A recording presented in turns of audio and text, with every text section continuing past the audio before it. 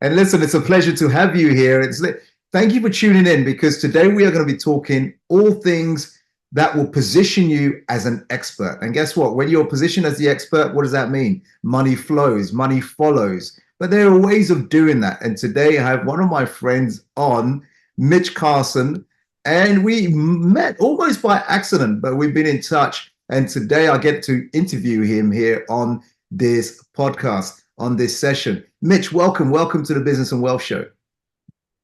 Mac, thanks for having me. It's a privilege to be here, and I'm looking forward to share a few value bombs with your audience. Well, I'm looking forward to that. Now, for those who don't know Mitch, I'll be surprised if you don't know him. This guy is a celebrated professional speaker and closer. He has spoken on stages in over 63 countries. I mean, my 50, I thought that was good, but 63 countries, he knows something. And he's produced over 2,000 live events in 19 countries.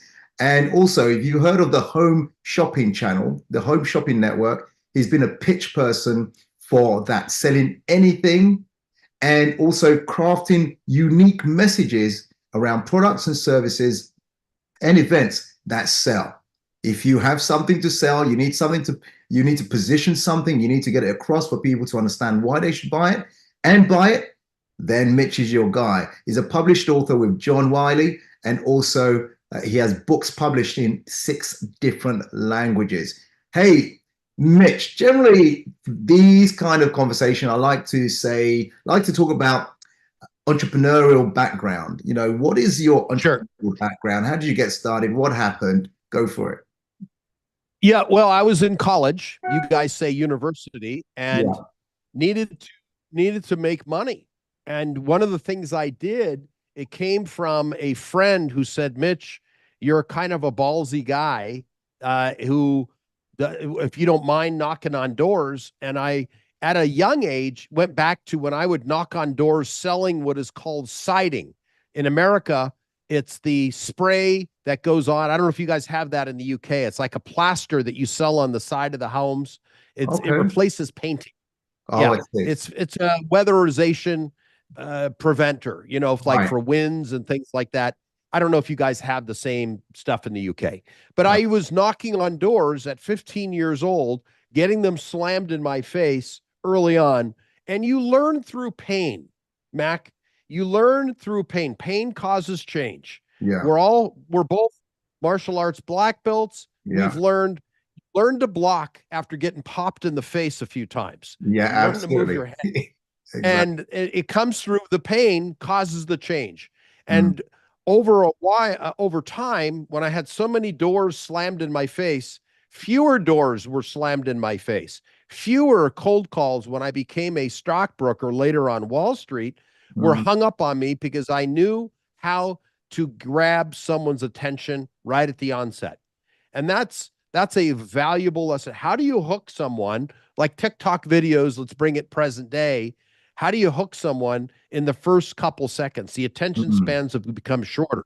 True. But the methodology and strategies are exactly the same, and they're timeless. Wow. And so as an early day, so I was going to say, early day. You went to after college, university, or during college, university, you're knocking on doors, you're trying to sell this thing here. Later on, you go into Wall Street, and at some point you started your own. How did those skills, that sales ability, help you when you started your first business, and where did it go from there? It's the belief in self, the belief that I know I have to hunt and eat. I don't get to eat unless I hunt successfully. Right. Now, I'm going to make a very blatant claim here that might offend some people, and all I'll say to these people is wipe your eyes, because I'm going to tell the truth. Nothing happens until a sale is made. True. The most important person is the salesperson. Yeah. You need to coddle them, rub their backs, give them a foot massage, figuratively speaking, of course, to make sure that they are ready, because they have the hardest job in the corporation. It's easy to have people that can gather. The hunter needs to be revered, because without the hunters, there is no food. And a lot of people can carve it up. Our operations people can carve up the food later.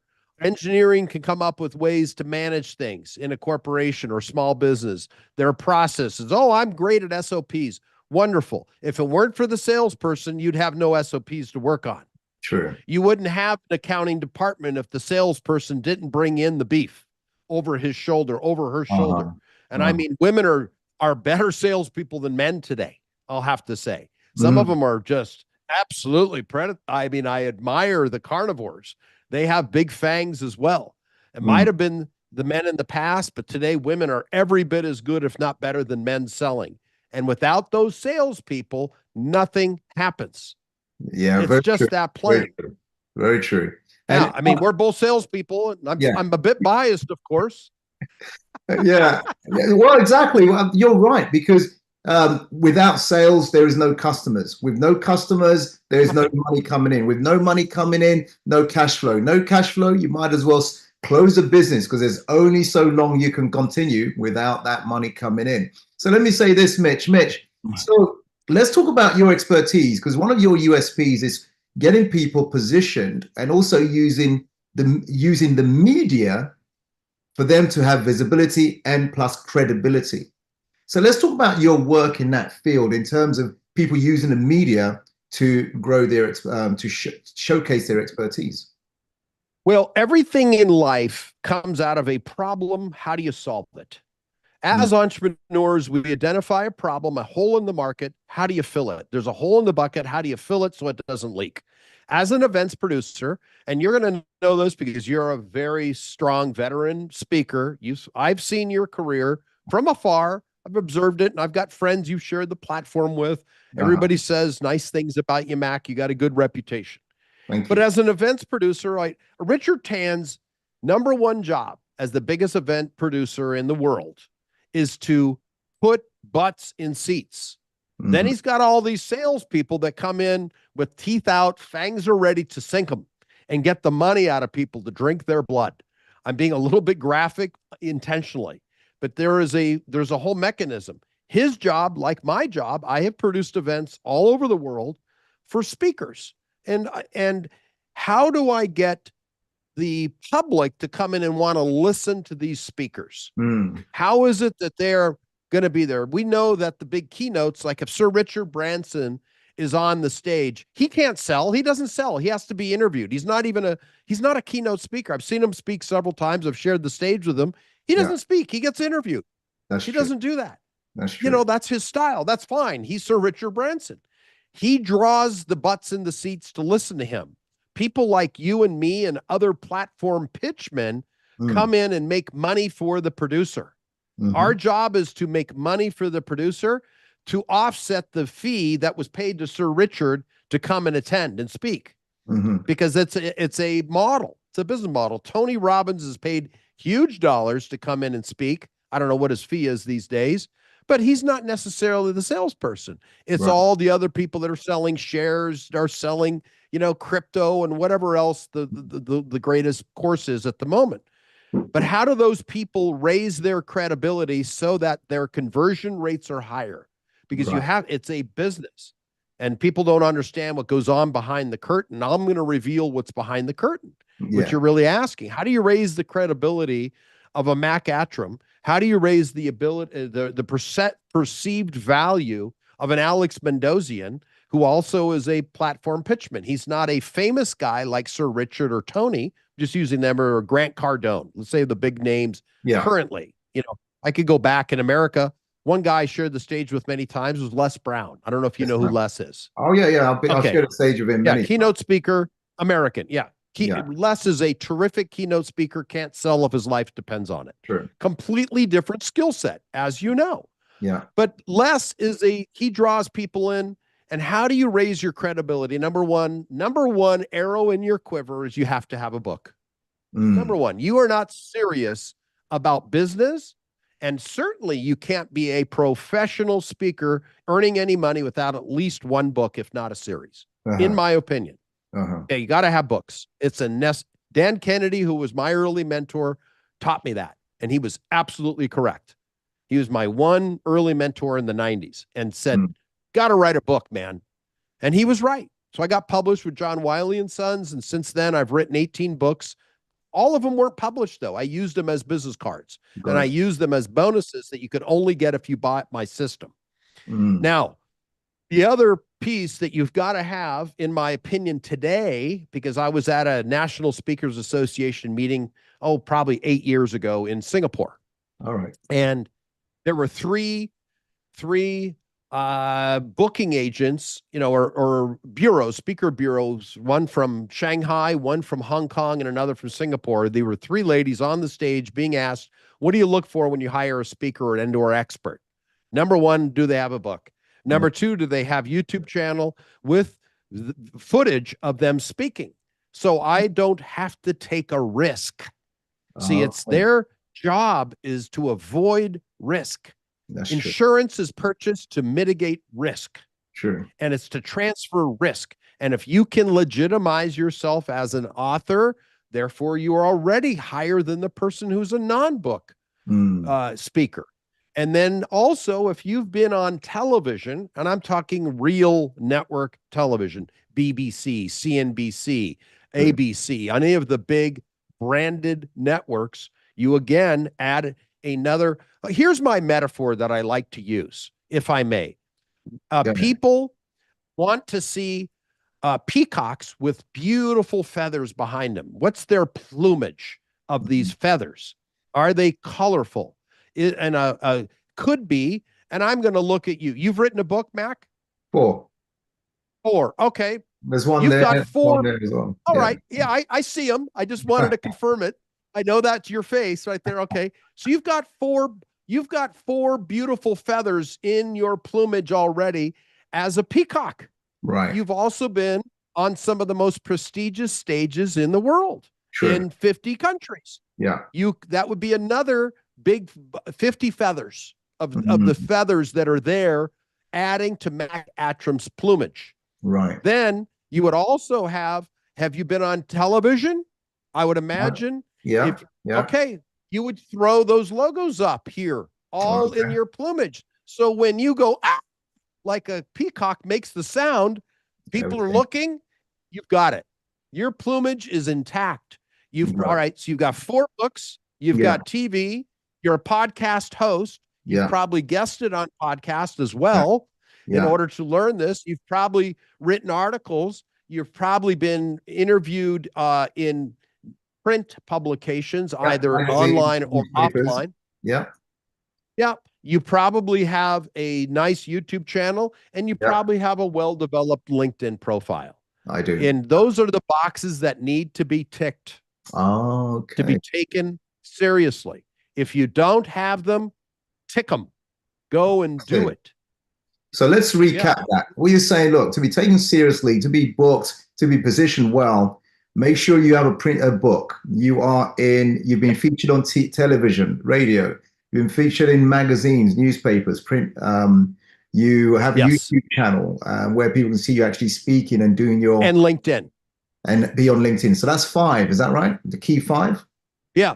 Yeah, that's probably, it's a little more. Yeah, about 6, and possible print publications. If someone has written about you, and show your guest appearances on podcasts. Okay. Your media is comprehensive and complete, because my generation at my age reveres and respects TV. If you're talking to somebody who's under 30 years old, they're going to look at us cross-eyed and say, TV? That's what my granddad watched. Right. Okay. Right. They may not respect it, but here's my comeback to that 28-year-old who just snubs his nose at TV. Who do you think has the money, Buster? My generation, not yours. That's true. And if you, and the one that's writing the check or authorizing the Zelle payment or is going to send you money has greater respect for TV than they do for Joe Blow's YouTube channel. So great point there, Mitch. So apart from LinkedIn and YouTube, would you suggest what other social media channels would be good in this space as well, to be seen as very credible? All right. Yeah, here's the formula, Mac. It's message to market match. Okay. If you and I don't know how old you are, but I presume you're not 30 and you're probably closer to my age, somewhere in between. Somewhere in between, Okay? definitely. Okay. I'm in my mid-50s. Somewhere in between. Okay. All right. Well, you look good. Black don't crack. That's There just you not go. fair. There you go. Yeah. It's a good joke. Nonetheless, if you are under 30, TikTok might be a good platform for you. If I'm at 64, dancing and shaking and trying to show my sexy body on TikTok, I don't think the reaction is going to be the same as somebody who's in their 20s. It's a message to market mismatch, and they would say, "What's this grandpa doing, shaking his tuchus on a TikTok video?" It would probably go viral because it would be so ridiculous. But I don't think the type of attention I get would be positive. So TikTok isn't necessarily the platform for me. You know, even at your age, I would say it's possibly not. I don't think it would be. I'm willing to be wrong, but Instagram, absolutely. Absolutely, because your market is my market.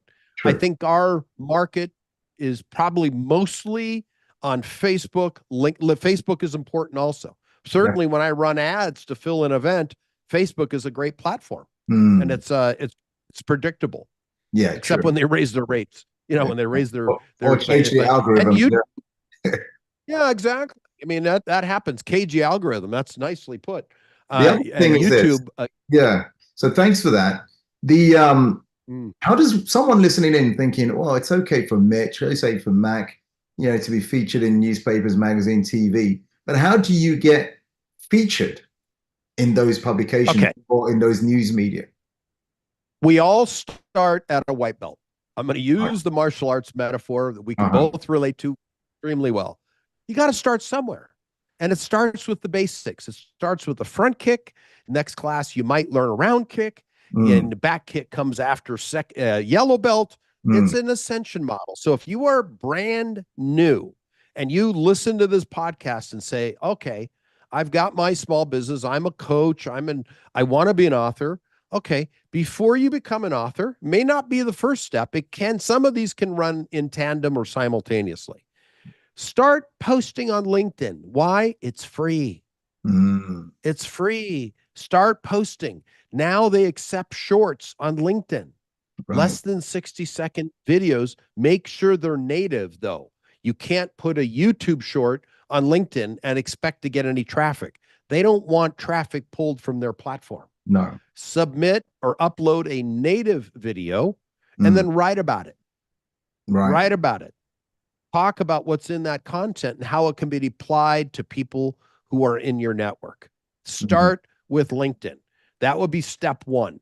Then you may want to use that post and repurpose it, the common word used today, and use that native content to put on Instagram. And it might be applicable to TikTok, depending on how old you are and who your market is. Where does your market of buyers or referral potential partners exist? Where do they spend their time?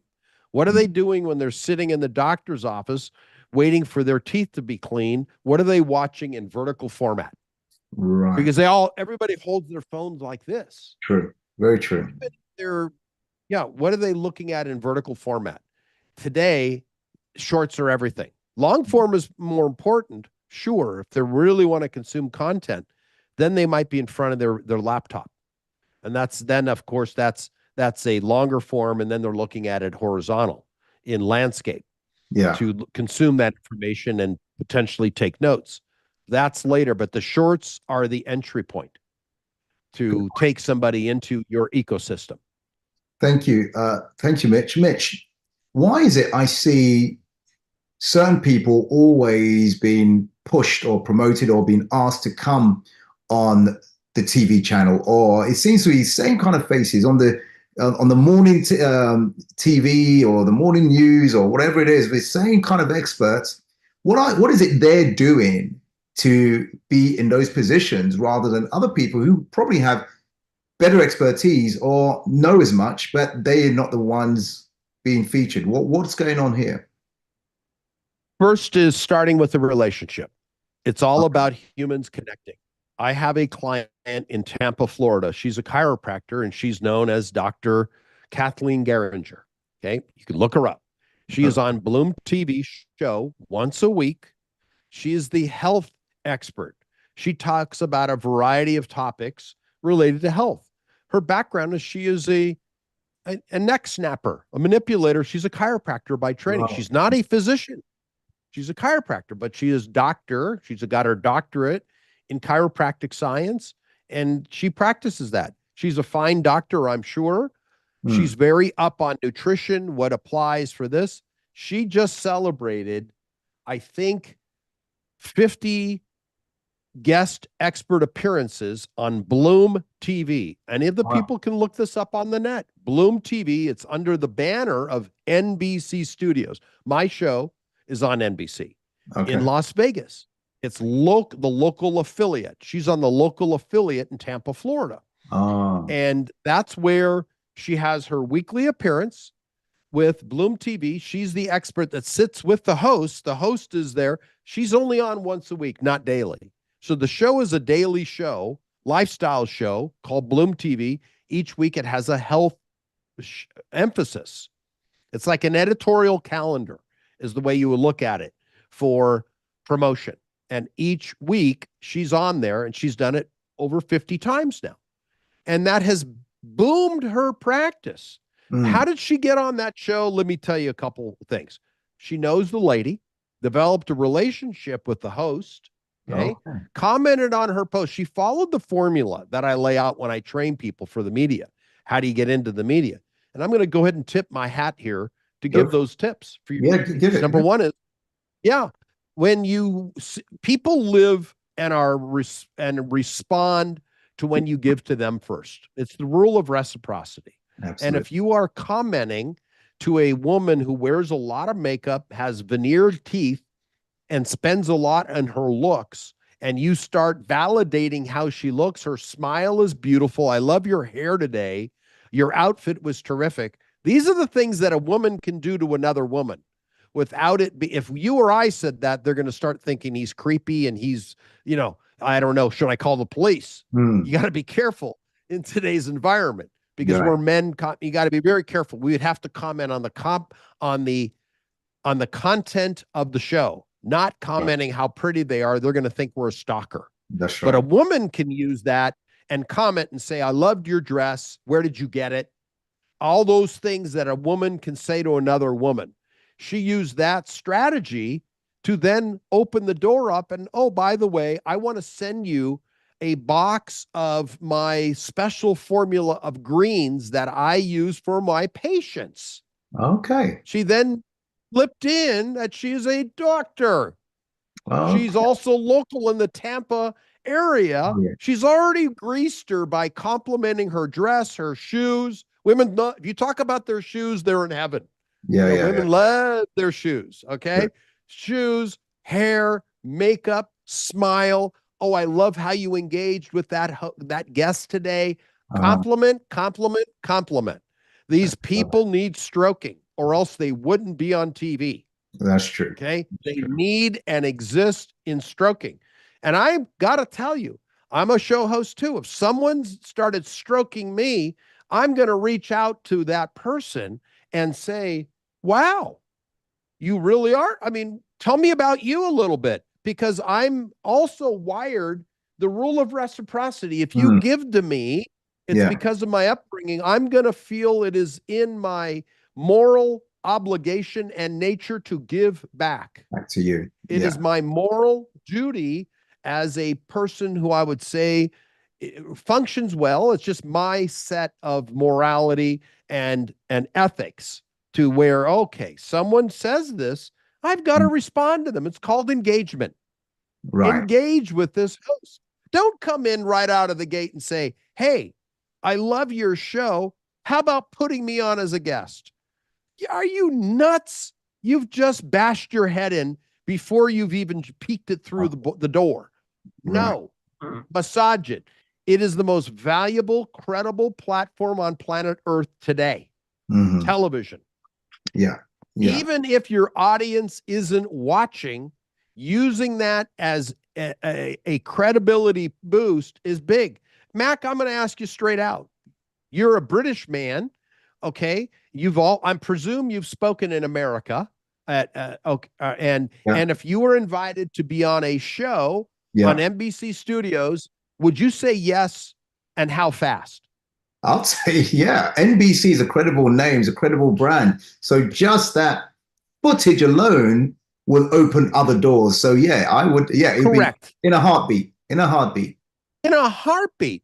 Of course you would. You're a smart guy. Yeah. You get it. And you're showing me all your teeth. That's a genuine smile. Yeah. When I see all uppers and lowers at the same time, I know I've hit the hot button. Of course you would. And guess what? I would say yes also. And I have my own show. But I would guess on someone else's because I know it's going to rank and up my credibility as well. I'm saying yes. I said yes to your podcast. Thank you for having me. Of course I say yes. You never know when the next big elephant is going to be pounding on your door with his trunk and you got peanuts for him. Okay? Be ready for this elephant. You've got to have everything set up. It will happen. I tell my clients all the time, if you tick the right boxes, things will happen, but you need to have it set up. You need to have it set up. You do a lot of dress rehearsals before you get on stage. Practice. You don't wing it. I mean, I'm sure you train speakers also. You're an excellent speaker, Mac. I run speaker trainings myself. People say, I want to get on the stage. Can you position me? I said, not yet. Not yet. You need some proof first. We need footage. You need television. You have to have a book because the number one job in an event producer is putting butts in seats. The right butts in the seats so people like you and I can pitch them, convert them, and the seminar promoter makes money. That's his sole interest. This is a business. This isn't about helping anybody's ego because they got ignored by their daddy and want the attention of a live crowd and taking a picture of people applauding them. I don't live for applause. I live for credit cards. Yeah. Okay. Yeah. That's the measurement device. Well, you got to sell at the end of the day. You got to sell. Listen, what did I sell? Mitch, let me say this. For those who want to learn more from you, because they can learn how to get into the media, how to position themselves, how to become an expert, how to be the authority. They can learn how to sell or speak and sell from the stage and webinars. If someone wants to learn those things from you, what's the best way for them to contact you or connect with you? It's a complete URL. I'm reworking the website right now, but the URL works in the extension. GetInterviewedGuaranteed.com. Easy to remember. GetInterviewedGuaranteed.com/meet with Mitch. Obviously, that will be in the show notes. GetInterviewedGuaranteed.com/meet with Mitch. That's where we can set up a chat, and I can share with you what's necessary. Am I going to pitch you? Possibly, if we're a good fit, and if we're not, you're going to get free gifts anyway. There you go. Perfect. There you go. So listen, I'm going to come back to you in a moment, Mitch, for your last words. Anything I should have asked you that I haven't asked you, you can throw that in. But anyone listening in, remember to, the algorithm loves engagement. So give us a thumbs up, hit the subscribe button or the follow button, whatever it is, whichever channel you're watching this on, and also make some comments. What did you get from this? What was a key nugget for you that you can use based on what Mitch has discussed here? So Mitch, over to you. Any last words before we finish? Yes. I mean, people ask me, well, how do I get their attention to get in media? I want to share this very quickly. Number one, use a trending topic. Right now, for a short period of time, it's the U.S. election that's coming up. If you've got a spin or a unique hook with that, use it while it's hot. It'll be going away after November.